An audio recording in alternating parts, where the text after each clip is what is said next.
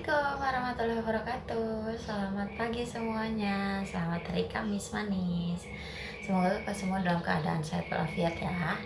Oke, hari keempat ini kita akan mereview tematik yang terakhir. Tema 9, sub 2 dan 3. Oke, disiapkan buku pulpenanya, jangan lupa. Buku pulpena 4D. Kita buka ya, yang ada materi tentang tema 9, subtema 2 dan 3. Ada apa sih di subtema 2 dan 3? Kita buka bukunya di halaman 113 ya.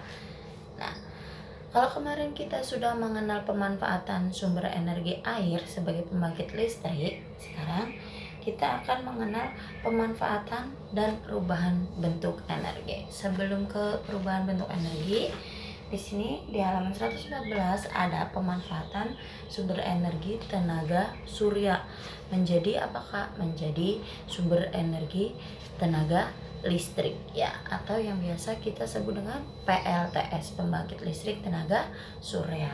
Di sampingnya itu ada juga energi gerak dari roda, itu bisa menghasilkan energi cahaya ya. Selanjutnya ada beberapa contoh di gambar halaman 114 nih. Kita mulai masuk ke perubahan energinya ya. Yang pertama ada anak-anak menggoes sepeda. Nah, sepedanya itu bisa bergerak, berarti kimia. Tenaga kimia dari anak-anak menghasilkan tenaga gerak ya, sehingga sepedanya bisa berjalan, bisa bergerak. Nah, gambar yang kedua ada energi cahaya menjadi energi panas. Di sini kegiatannya adalah menjemur baju. Sampai dengan gambar yang terakhir, gambar yang keenam ya. Kalau gambar yang ketiga itu energi listrik menjadi cahaya, ada sorot lampu ya, yang dinyalakan dengan adanya aliran listrik sehingga bisa menghasilkan cahaya, lampunya bisa kita gunakan. Gambar selanjutnya adalah ibu bisa memasak menggunakan sumber energi gas atau kimia menjadi panas ya. Yang kelima itu adalah energi listrik menjadi bunyi telepon ya, telepon duduk, telepon listrik terutama. Oke, yang terakhir sama halnya dengan gambar yang pertama, yaitu energi kimia menjadi energi gerak, itu di subtema 2. Nah ini untuk yang kemarin nih Kak. Kalau di sini PLTS, pembangkit listrik tenaga surya, sumber energi listrik. Yang pertama di subtema 1 kemarin PLTA, pembangkit listrik tenaga air. Selanjutnya pembangkit listrik tenaga angin dan pembangkit listrik tenaga nuklir. Ya, itu aja sumber energinya. Lanjutnya ke persebaran sumber daya alam, peta. Nah, di sini ada peta persebaran sumber daya alam di Indonesia. Ini tinggal mengulang aja ya Kak ya.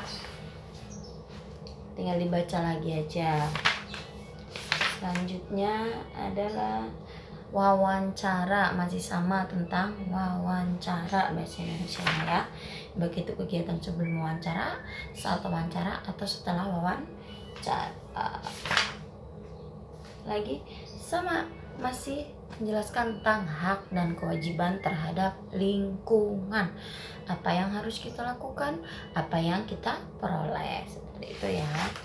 Bila sudah melakukan kewajiban, maka kita akan mendapatkan haknya. Kewajiban kita membersihkan lingkungan, maka hak kita mendapatkan lingkungan yang bersih.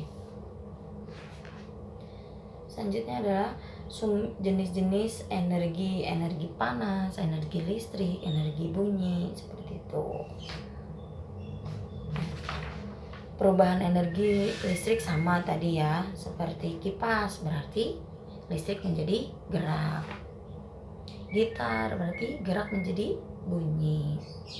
Kalau untuk ikan asin, garam, apa itu?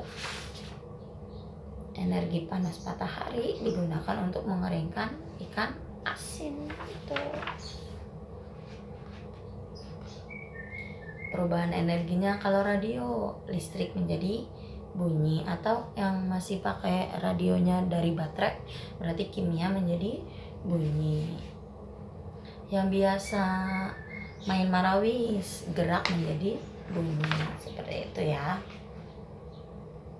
Hak dan kewajiban terhadap sumber daya alam tetap ya.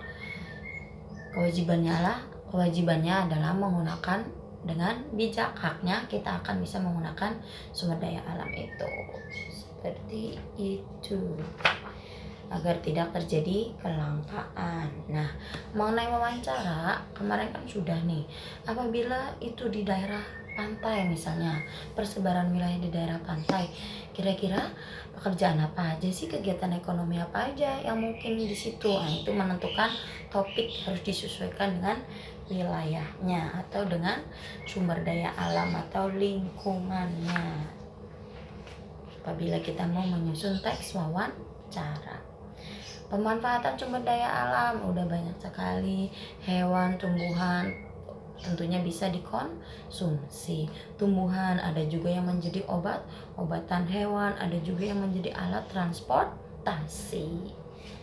Seperti itu, padi, jagung bisa menjadi makanan pokok ya. Apabila di wilayah Indonesia Timur makanan pokoknya sagu, betul.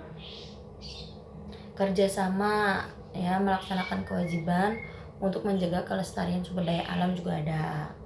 Melaksanakan kerja bakti, kegiatan reboisasi ya, pengolahan limbah, sampah.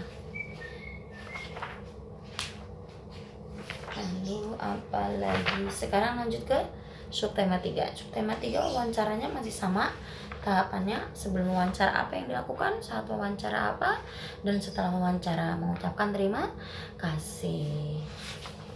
Siapakah pewawancara, siapakah narasumber, itu sudah hatam ya kemarin ya, udah bisa termasuk dalam langkah-langkah melakukan wawancara.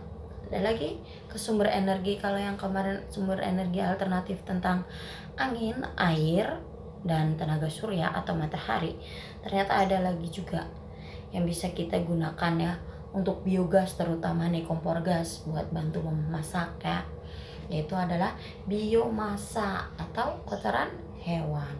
Selain kotoran hewan apa lagi? Limbah apa? Industri, tanaman, pupuk kompos ya.